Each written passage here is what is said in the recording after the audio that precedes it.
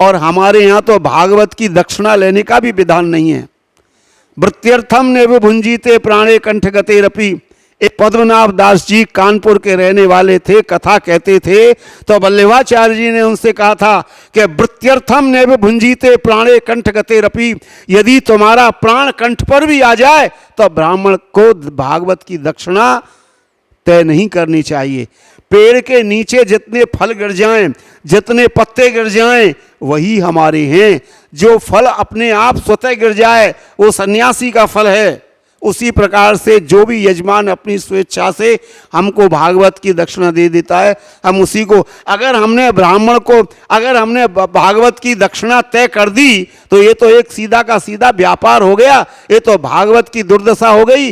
भागवत न तो उस वक्ता का कल्याण कर सकती, न श्रोता का कल्याण कर सकती। ये तो एक सीधा सीधा व्यापार है। जो बाहर से आए हुए यहाँ पर ब्रज में अपने आप को मठाधीश बनने हैं, कुछ यहाँ के ब्रजवासी भी भगवान कृष्ण से ऊपर बन रहे हैं। जो कुछ अपने ब्रजवासी जो पढ़े लिखे नहीं है, व्याकरण नहीं जानते, साहित्य नहीं जानते, लेकिन मीडिया का उनके ऊपर इतना बड़ा हाथ है कि वो भी दक्षिणा तय करते हैं। तो ध्यान कर लीजिए, दक्षिणा तय करके भवन बनाने वाले और सोने की जंजीर और आभूषण पहनने वाले और बड़े बड़े केसधारी, अगर केसों में अगर चोटी, केस धारण करना कोई बड़ी बात नहीं है, लेकिन केसों को बांध करके रहना हमेशा बड़ी बात है।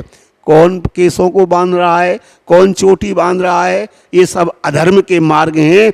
इन मार्गों से, इन कामों से तुम्हारा, न तो तुम किसी का मोक्ष करने वाले हो, न तुम्हारा मोक्ष होने वाला है। ध्यान कर लो, प्रेत योनि की साधना कर लो, प्रेत योनि में जाने की तैयारी कर लो। भागवत के पैसे में तो जितना त्याग करोगे, जितना त्याग करोगे उतना ही है।